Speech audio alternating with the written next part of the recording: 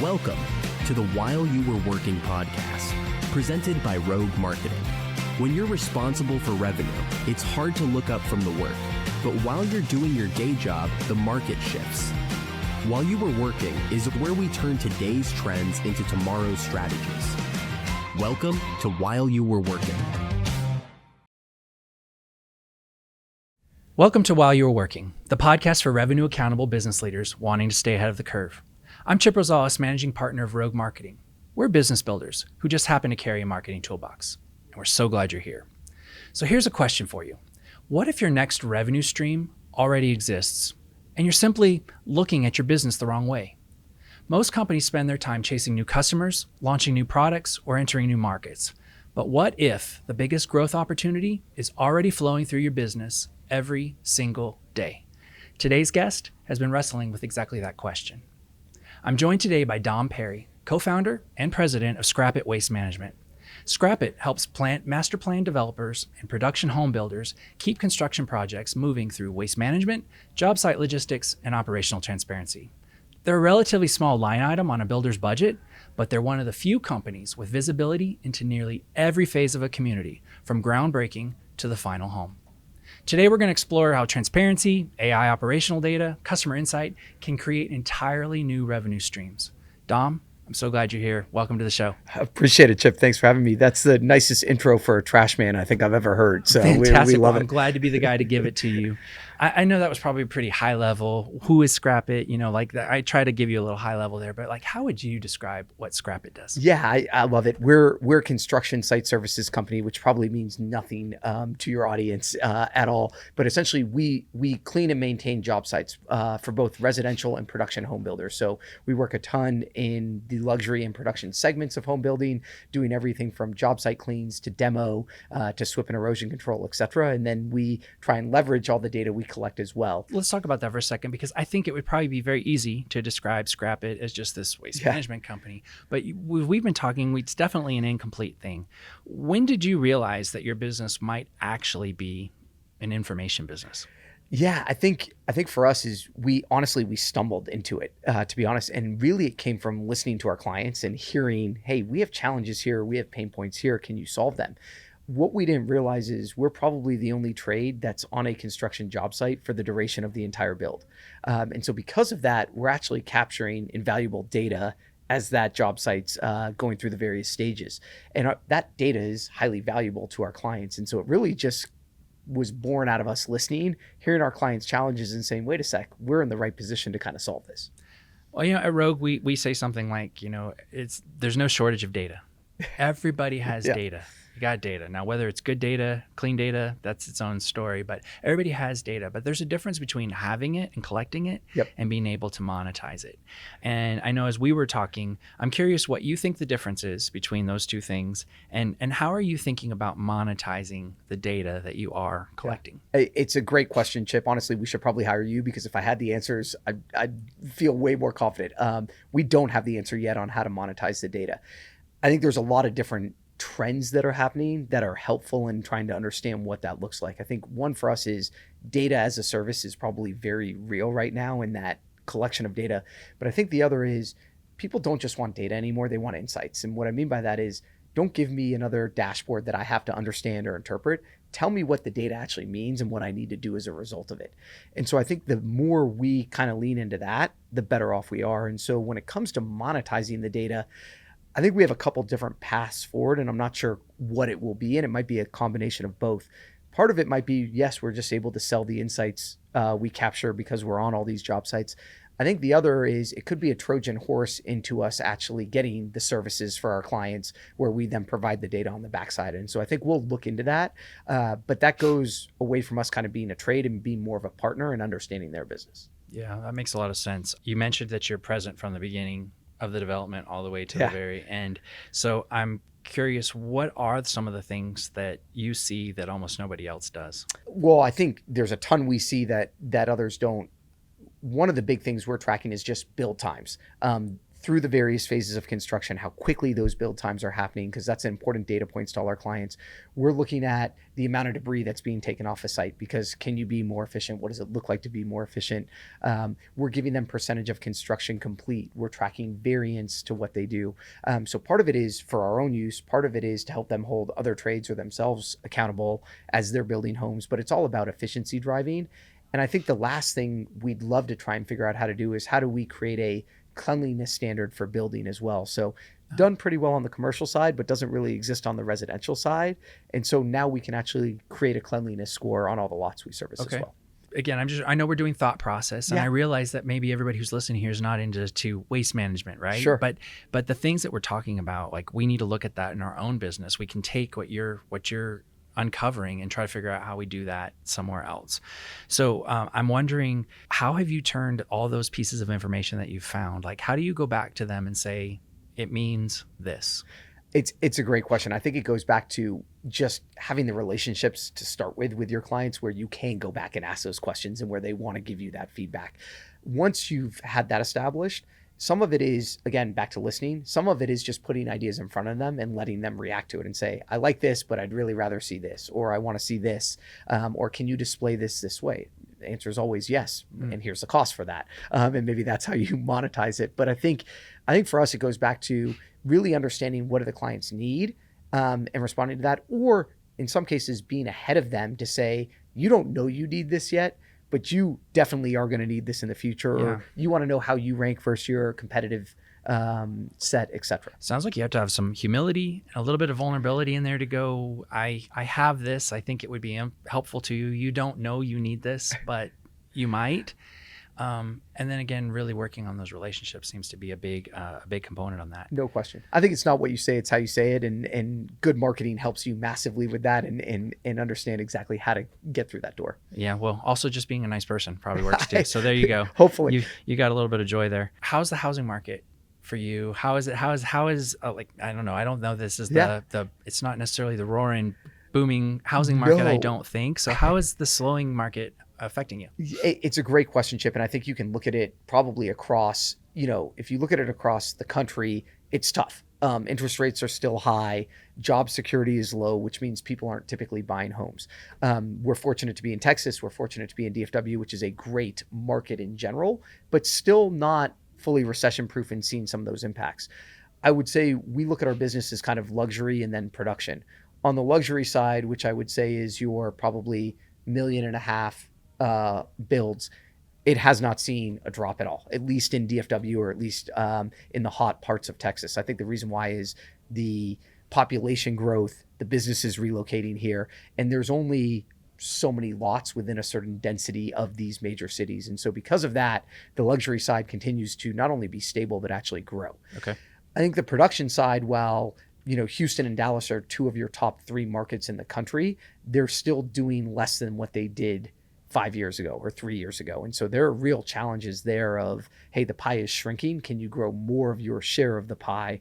And can we just get some good news? So I talked about interest rates and job security. We go to war, and that then challenges fuel prices, and that creates more uncertainty. And so I think just a little stability would help us massively. All right. Well, I bet that in your space, you don't ever use AI, right? Not the case at all. I think I think Claude's my best friend. Claude's your best friend? Chip, yeah. I thought we were best friends. Yeah, fair enough. Okay. Well, I do want to talk about AI.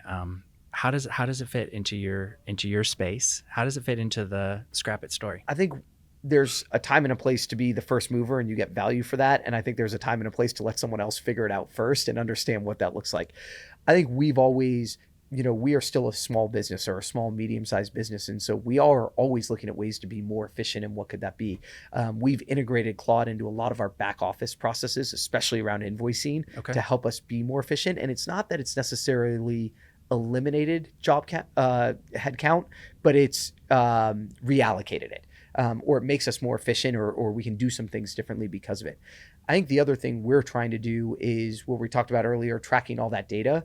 We used to actually have people in the field doing that for us and entering it manually. And that is now all AI driven. And so that's been a massive win on our side.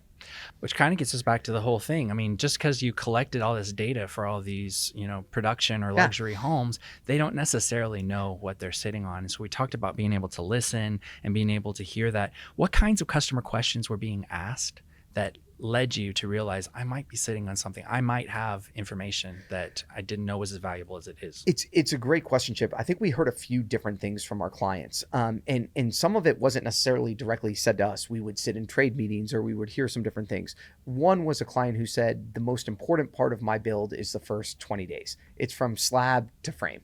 And if I can make sure in that time frame we're on track, then I know we'll hit our build times.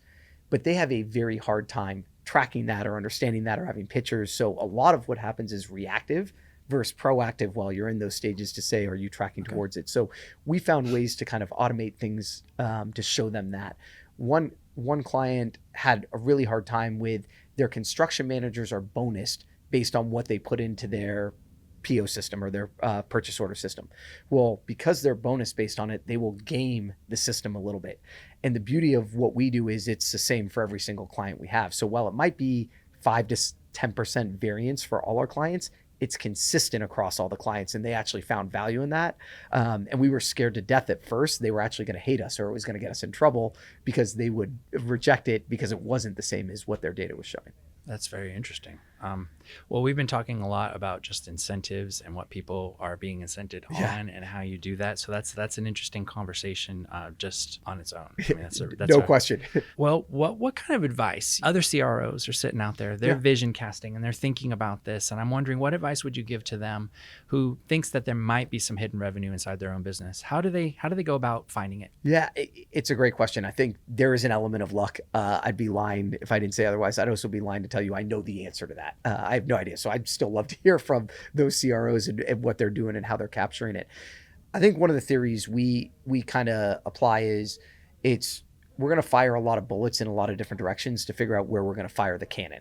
And what I mean by that is we're going to test a lot of these hypotheses, not over-index necessarily too much on spend, make some educated guesses based on what the data and the insights are telling us, and then say, did that stick or is there relevancy there? And I think sometimes we get stuck in, we think it's a great idea because we love the idea, but it doesn't mean anything if the client doesn't actually value it. And so at the end of the day, it's really, does your client value it and are they willing to pay for it? And if the answers are no to those questions, stop wasting your time. I think that's brilliant. I think that's exactly the right answer. Somebody out there might be going, you know what? I really need this scrap it guy. I need these people in my life. Who should call you? I think there's kind of 3 core clients we work with. One is developers. So we love working with the developers. A lot of them have master plan communities or a large amount of land that they are working on, and we can do the services for them, but we can also give them visibility into lots of different things. So reporting on things they care about that help them with bonds or gap out or things of that nature, which are industry terms, but would make sense to them. Production builders, we love working with the production builders. They've been great clients. Our business operates at scale, and so we want to work with those builders that have lots of different lots across Texas for the most part, and even into some other states as well. And then the last one would be luxury home builders as well. So we've done a lot on the luxury side. We actually started there, and so we love that side of the business. It's a very different side of the business for us, but those are the ones. I think you talked about, hey, how do you keep growing revenue and what does that look like? And I said, hey, the industry is challenged.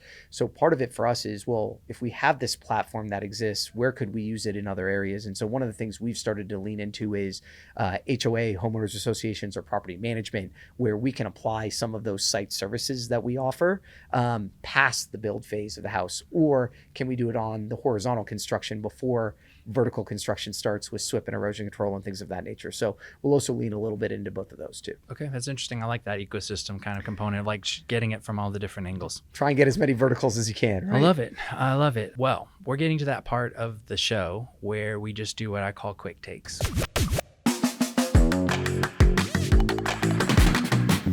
And so it gives me this opportunity to just throw out a couple of questions. I don't need you to, no overthinking. You don't have to say too much, but just give me your first reaction. Okay. All right. You ready to play? Let's go. Okay. So information or relationships, which is the bigger competitive advantage? Relationships all day long. Okay. And now why would you say that? I think part of that is the industry we're in is still relationship based in construction, and even in Texas to an extent. People want to like who they work with, and it makes a big difference. A lot of people have information, but those relationships have equity and are valuable. Okay, that makes sense. What's the most overrated business metric? Gosh, I'm going to get crushed for saying this, but I think it's actually turnover. I think people should measure retention more than they should manage turnover. You're going to have turnover. Let's have the turnover happen where we want it to happen, and let's make sure we retain the talent we actually want to retain. Love it. What's one piece of data that every CEO should know, but probably doesn't?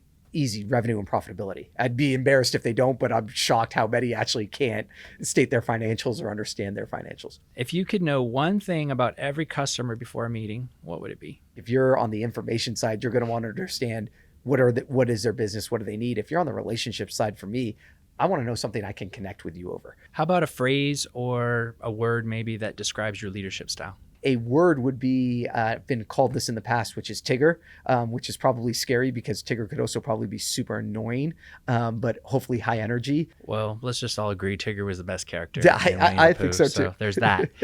Okay, my last one. Do you have a book, a podcast, some sort of resource that you swear by? I think I don't. I try and be a student. I want to learn more than anything, and I want to learn about other industries. So even just this podcast and some of the stuff you all produce has been awesome to listen to and learn from other CROs and other founders that are out there. So not necessarily something I would say, hey, this is definitively the one I look at. But I think leaning into your industry and understanding your industry so you understand your clients' needs beyond just how you service them is super important. So I'll try and study in some of those aspects. All right. Well, that's awesome. Well, I'm so glad you made time out of your day to join us today. Thank you for sharing your insights and wisdom with our audience.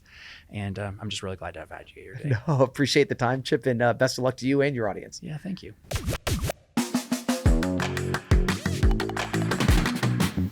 A recent Analytics 8 article called Data Monetization, Prerequisites Every Organization Should Get Right, say that 6 times fast, reinforces the gold mine that so many businesses may be sitting on. The authors argue that organizations already possess the raw material for entirely new products, services, and revenue streams. The problem usually isn't a lack of data, it's a lack of imagination. They outlined a few prerequisites. First, know what data you actually have. Second, make that data trustworthy enough that customers will use it to make decisions.